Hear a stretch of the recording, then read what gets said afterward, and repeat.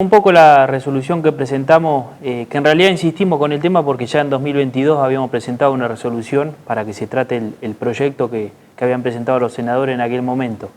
Ese proyecto quedó caduco porque el paso del tiempo hizo que pierda estado parlamentario, ahora se volvió a presentar el mismo proyecto. Y la pregunta que hace es buena porque por ahí la gente escucha autonomía y por ahí pensamos, bueno, vamos a poder hacer lo que nosotros querramos. Sí, es muy abarcativo. Claro, obviamente siempre el límite está en la Constitución Nacional y la Constitución Provincial y las leyes nacionales o provinciales que regulen determinadas cuestiones. Pero principalmente lo que plantea la ley, que nosotros creemos que sería lo más positivo, que es un poco de las placas que te mandamos, la cuestión presupuestaria. Ahí la estamos viendo. Sí, bueno, autonomía política, administrativa, económica, financiera e institucional. Eso es lo que plantea la ley, que es una reforma parcial de la Constitución Provincial, habría que hacer eso para poder reconocer la autonomía. Por ahí lo que está bueno marcar de la autonomía... Ahí ya tenés que convocar a constituyentes y sí, demás. o sea, la provincia tendría que convocar obviamente una asamblea constituyente y también tendría que haber un plebiscito de esa enmienda constitucional, que sería el apartado 7 de la Constitución Provincial. Muchas provincias, cuando fue la reforma del 94 de la Constitución Nacional, reconocieron la autonomía en las reformas que hubieron en las constituciones provinciales. La nuestra no, lamentablemente ese punto no se reconoció y es una discusión que desde que volvió la democracia, pero de antes también, mucho antes, se viene dando porque lo que pasa en el país y en la provincia pasa en los municipios. Los habitantes del país y de la provincia viven en los municipios. Entonces muchas veces los municipios los que vemos es que estamos acotados en ciertas cuestiones, presupuestariamente ni hablar, pero también cuestiones que tienen que ver con nosotros tenemos una ley orgánica, que es una ley provincial de la época de gobierno de facto, que dice cuáles son las atribuciones de los concejales, cuál es la atribución del Poder Ejecutivo y reglamenta varias cuestiones institucionales del municipio. Bueno, lo que plantea la reforma es justamente que nosotros, como municipio, podemos hacer la carta orgánica. Sí, tendría que haber una constituyente municipal también, que estaría compuesta de 24 constituyentes, 12 concejales y 12 habitantes del distrito, y sería la que hace sería la constitución local, para que la gente lo entienda, la norma que nos rige. Ahora, Luis, en lo que respecta, a ver, nosotros sabemos, históricamente hemos dependido de la provincia, sí, fundamentalmente desde el punto de vista económico, ¿no? Sí. Digo, ¿nos garantiza esto de que podamos seguir subsistiendo en el marco de esa autonomía que vos decís? Sí, en cuanto a lo económico, que es uno de los puntos más beneficiosos que nosotros también creemos que marca la ley, que propone esta ley, es que en vez de repartir, porque la provincia todo lo que recauda en concepto de coparticipación, o sea, los impuestos provinciales más lo que recibe de nación y que después reparte a los municipios, solamente de eso reparte el 16,4%.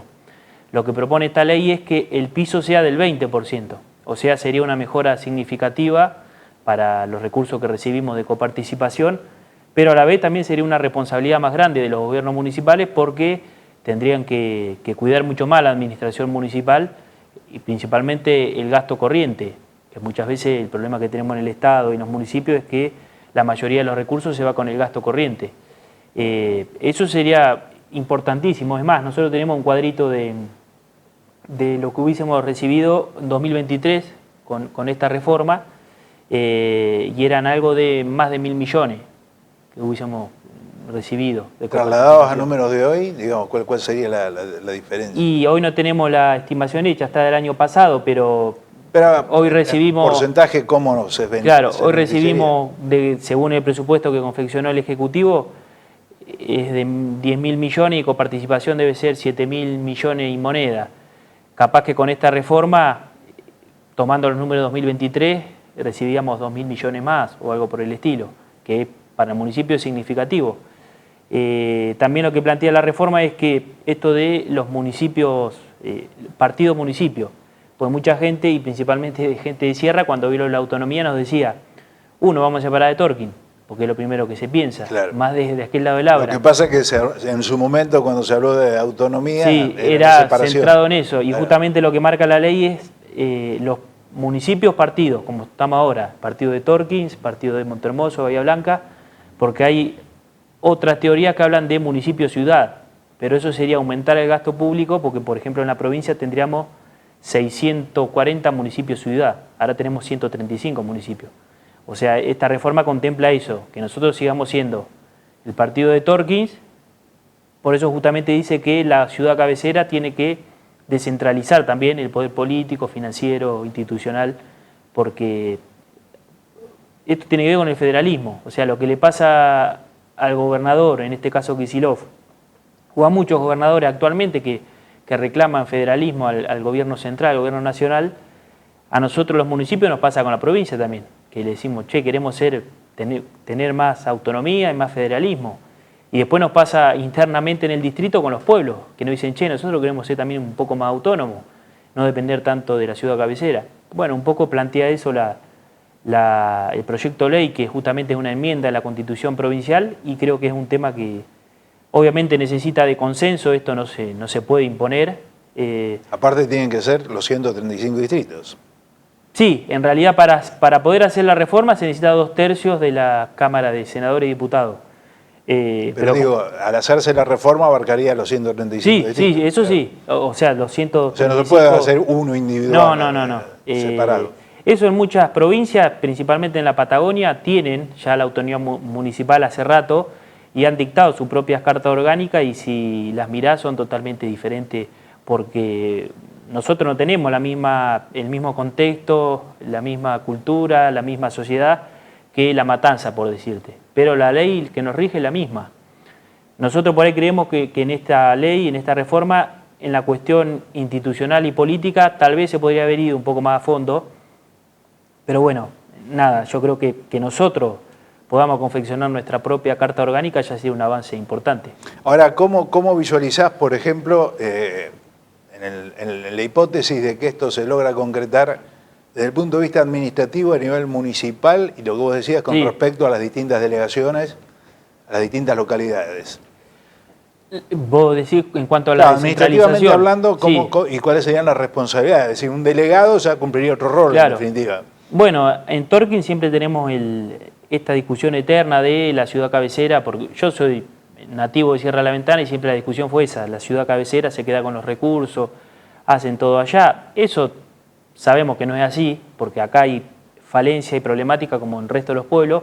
Es una discusión histórica. Sí, pero sí lo que pasa muchas veces es que la cuestión política, administrativa, se podrían nuclear en las delegaciones de, por ejemplo, Villa, Sierra y Saldungaray, se podrían nuclear algunas cuestiones para que funcione mejor la administración del Estado en general municipal de Torquín y no sea por separado. Hay muchas veces que vemos y decimos, che, si las delegaciones están tan cerca, ¿por qué no se hace algo en conjunto y hasta se optimizan recursos?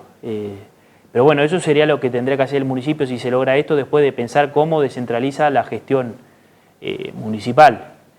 Uno piensa que la mejor manera sería que el de Saldungaray se nuclee en varias de las cuestiones que se hacen en Torquín, porque sería el punto para que se junte Sierra y Villaventana y solucionar algunos temas ahí. Pero bueno, en la actualidad tenemos esta cuestión de que los delegados muchas veces tienen que peregrinar todos los jueves, todos los viernes, hablar con el intendente a ver si consiguen algún recurso o alguna necesidad. Creo que eso lo tienen que hacer, no está mal, pero creo que la gestión tiene que ir por otro lado. Bueno, al tener autonomía, cada municipio entonces orgánicamente se puede, digamos... Sí, hace su propia carta orgánica. Su propia carta orgánica. Obviamente que que está en la ley, hay ciertos conceptos que tiene que respetar. Por ejemplo, la división de poderes, el sistema republicano, eso está claro porque es constitucional. Pero después la confeccionaríamos nosotros. Bueno, ¿esto tuvo aprobación en el Consejo? No, se presentó, no, la resolución sí, no, está en comisión. Está en comisión. Y en provincias... O sea, el distrito de Torquín tiene que adherir a... En realidad lo que estamos pidiendo en esta resolución justamente es que se traten en el Congreso de la provincia, porque pasa esto, presentan los proyectos, como pasó anteriormente en 2022, y no le dan tratamiento y quedan caducos, y otra vez tienen que volver a presentar. Nosotros lo que pedimos un poco en la resolución es que se traten y se pongan a discutir en la legislatura de la provincia sobre todos los proyectos, porque no es solamente de nuestro partido, sino que hay de otros partidos también, en cuanto a esto de la autonomía municipal. Que que aparte es una cuestión que está reconocida en la Constitución Nacional, no es algo que se está inventando, sino que está en el artículo 5 y 123 de la Constitución Nacional. Algunas provincias lo hicieron, creo que hay 5 que todavía no reconocieron la autonomía, una de ellas somos nosotros. Otras han avanzado y institucionalmente han tenido cambios positivos. ¿Sos optimista? Y uno siempre es optimista porque estas cuestiones, si uno no es optimista, viste, por ahí las deja de insistir. Yo creo que en algún momento se va a dar porque, como te digo, son 5 provincias nomás las que no reconocieron, así que en algún momento se va a dar, porque tiene que haber consenso político que lamentablemente en el último tiempo, para cuestiones neurálgicas como esta, no hay. Entonces, por ese lado uno es pesimista, porque muchas veces las banderas, viste, no, lo presentaron estos de los otros, y aparte que también está la cuestión que a los gobiernos provinciales, más allá del color político, esta cuestión mucho no les simpatiza. No les simpatiza porque la cuestión de centralizar todo el poder, esa siempre estuvo en Argentina y sigue estando. Hablamos de federalismo, de federales, pero la verdad que cuando llegan a la gobernación o a la presidencia, siempre son unitarios. Esa discusión siempre está, lamentablemente. Se declama, pero no se practica. Claro, sí. Bueno, un poco lo que con la discusión de Rosa, que muchos lo tienen como representante del federalismo. Bueno, el gobernador tiene un cuadro de Rosa en el despacho, pero la verdad que en la práctica era muy unitario. Entonces esa cuestión es histórica en nuestro país, pero creo que hay que insistir y hay que dar la discusión.